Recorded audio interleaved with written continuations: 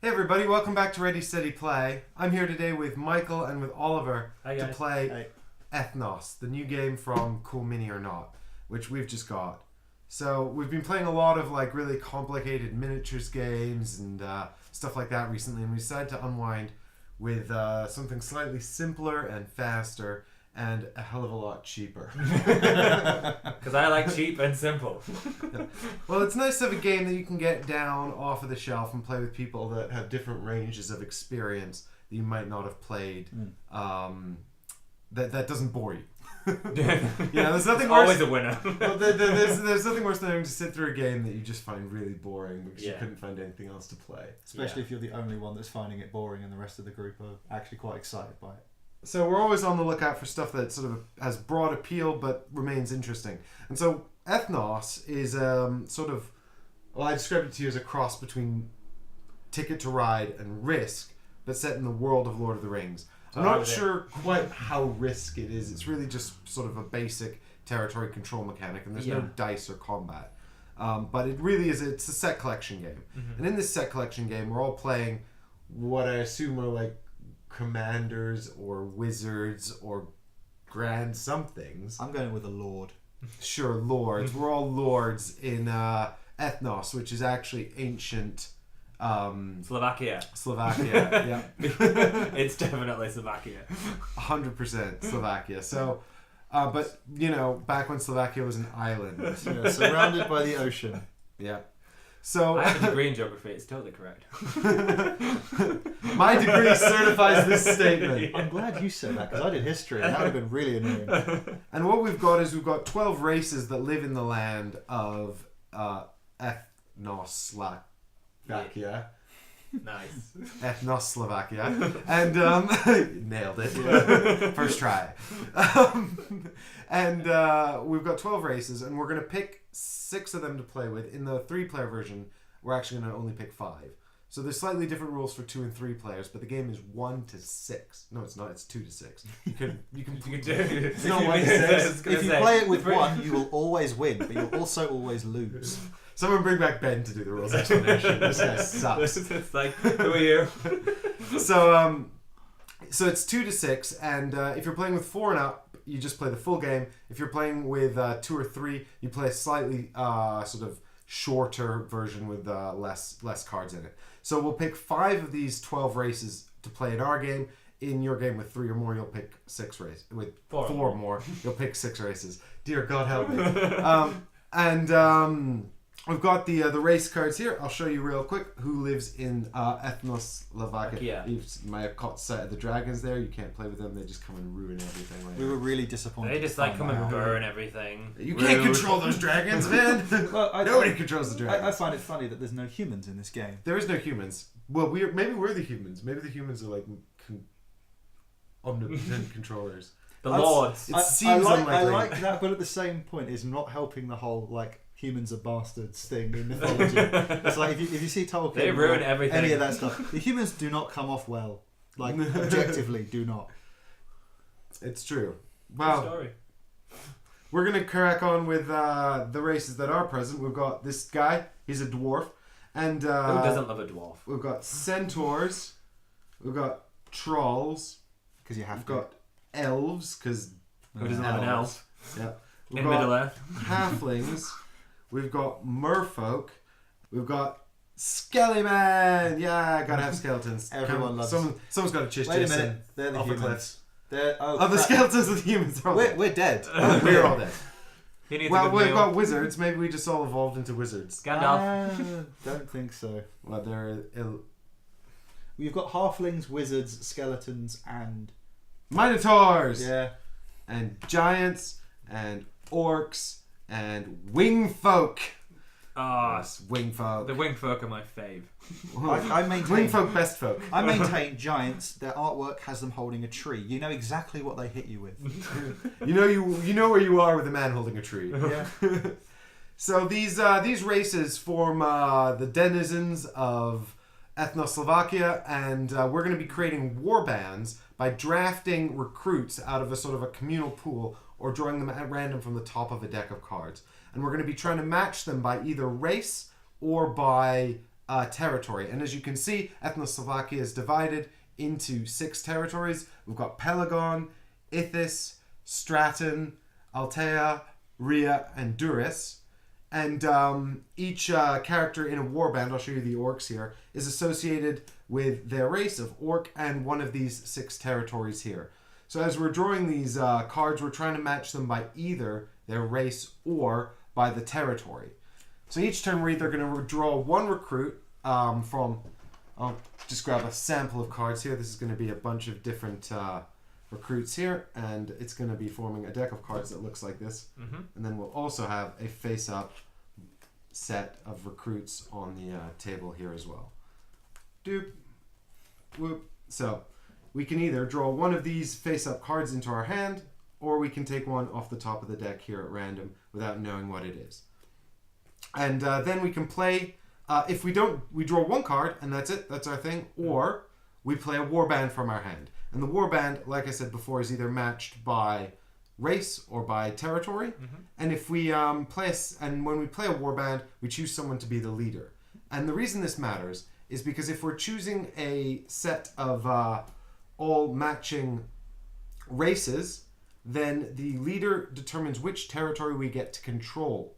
And if we're choosing a set by all matching territory, then the leader determines which special power we activate. What are territories and special powers, you ask? Well, the territories are here on the board, and every time we play a warband, we take a look at the leader, and we put down a control token in the territory corresponding with that leader. So if this giant's leading our warband here, we get to put down one control token in Altea.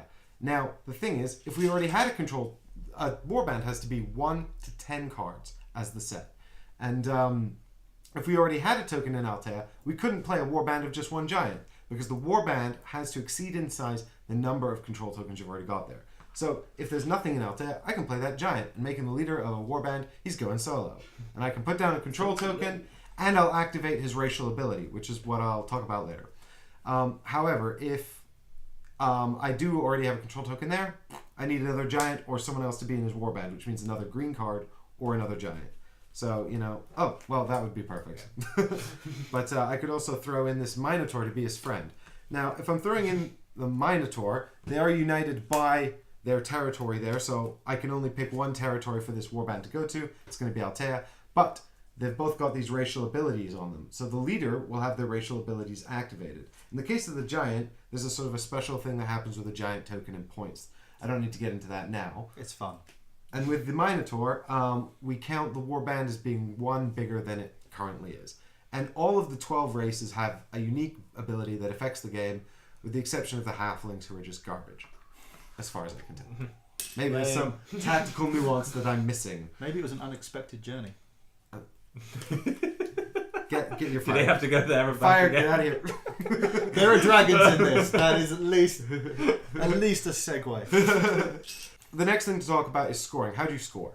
So we've got all of these territories here, and the way we score is at the beginning of the game, we'll take these glory tokens. We win the game by having the most glory points. Shocker, I know. The most points at the end of the game wins the game. We'll deal out these tokens on the board at the beginning of the game. Now, there are 3 slots here for the tokens, so they will look like that, because you'll do them randomly, and then once you've done them, you just organize them in ascending order. And in a 2 or 3 player game, you'll only use 2 tokens per territory, but in a 4 player game or up, you'll use 3 tokens for all 3 ages. And the game takes place over the course of 3 ages. And how do ages end? Well, dragons end them, and I'll talk about how that happens later. But for now, at the end of an age, the person with the most tokens in this, and you can stack these, because it's all about building towers of control. Control towers! I don't want to lose that one.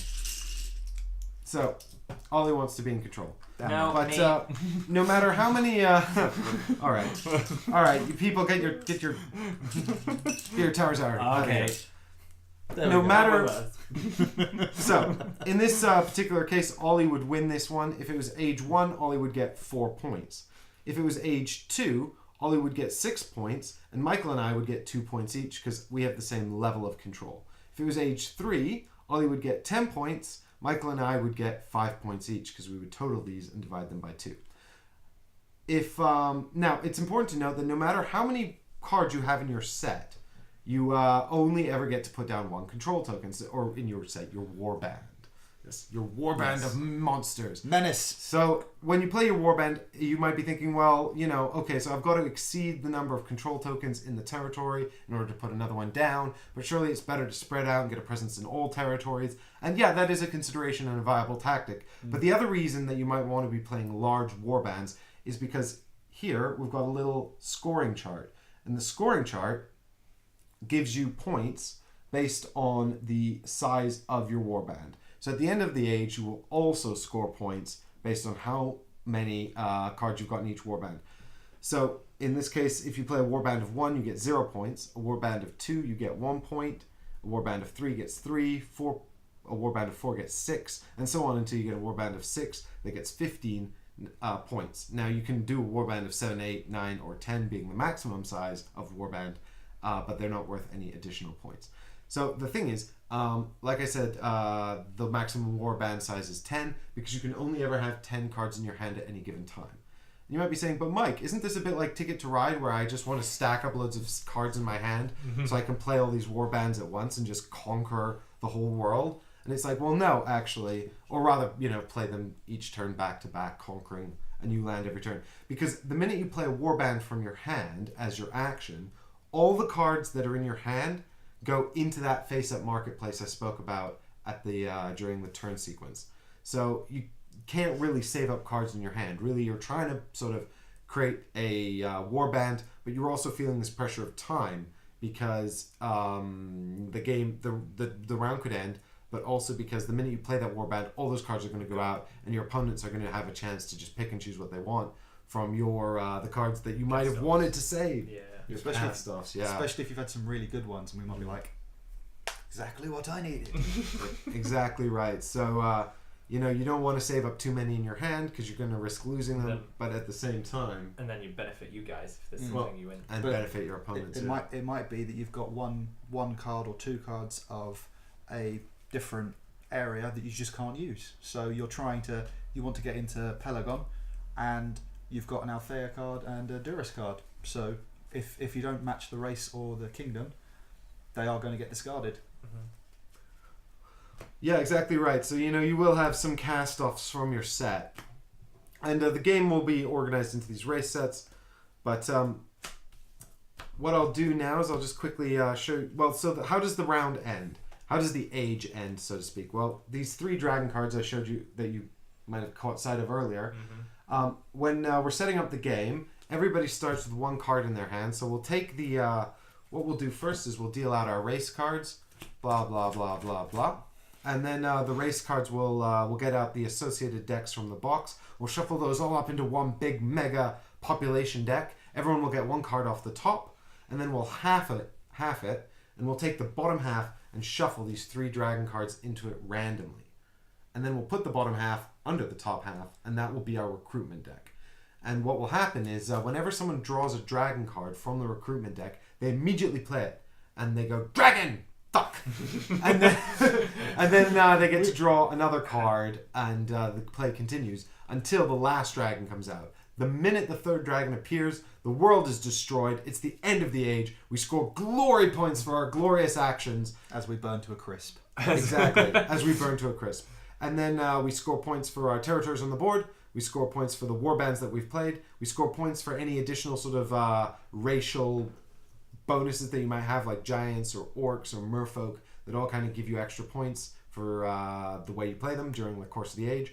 And then once you've done that, all of those cards in your hand, all of those cards in the marketplace, all of those race cards, they all go back into a big deck with the dragons on one side. You shuffle it up again, you half it, the dragons go back into the bottom half, you reset the whole deck. What you don't reset are any command tokens. So any command tokens on the board remain over the course of the entire game, so you can kind of build up control and kind of see where you want to go and plan the future accordingly. The command tokens on any racial board you have will probably remain as well. You may have an option to spend them, it depends on the race, but we won't go into the details of what all the race types do. because you may want you'll see what some of them do over the course of our playthrough, which is coming tomorrow. But you may also we'll leave it for a bit of a surprise. If you're dying to know, you can always find the rulebook online, or you can go and watch It Played's rules explanation where he goes through all the races and that as well. Or you can buy the game and play it. If you like the look of it. Because we're going to play it for you now, and you can hang out with us while we do that, and you can see what you think of it. So sounds good. I hope that I haven't missed anything. I don't think so, buddy. Sounds good. Yep. I think we're good. Yeah. Awesome. So I hope you'll come back tomorrow to see what races we're going to be playing with. We'll set up the game, and I should have set it up really as part of this, but I've explained how to set it up. So we'll probably we can do that. be all ready to go. Yeah. And we hope you'll come back and join us. So if you're excited to see the series, make sure you subscribe to the channel so you don't miss it. Throw down a like on the video if you enjoyed this rules explanation, if you're excited to see what happens next, and leave a comment to let us know if you've played the game or what you think of it. And hopefully we'll see you all tomorrow. Thanks for watching. See you guys. Bye.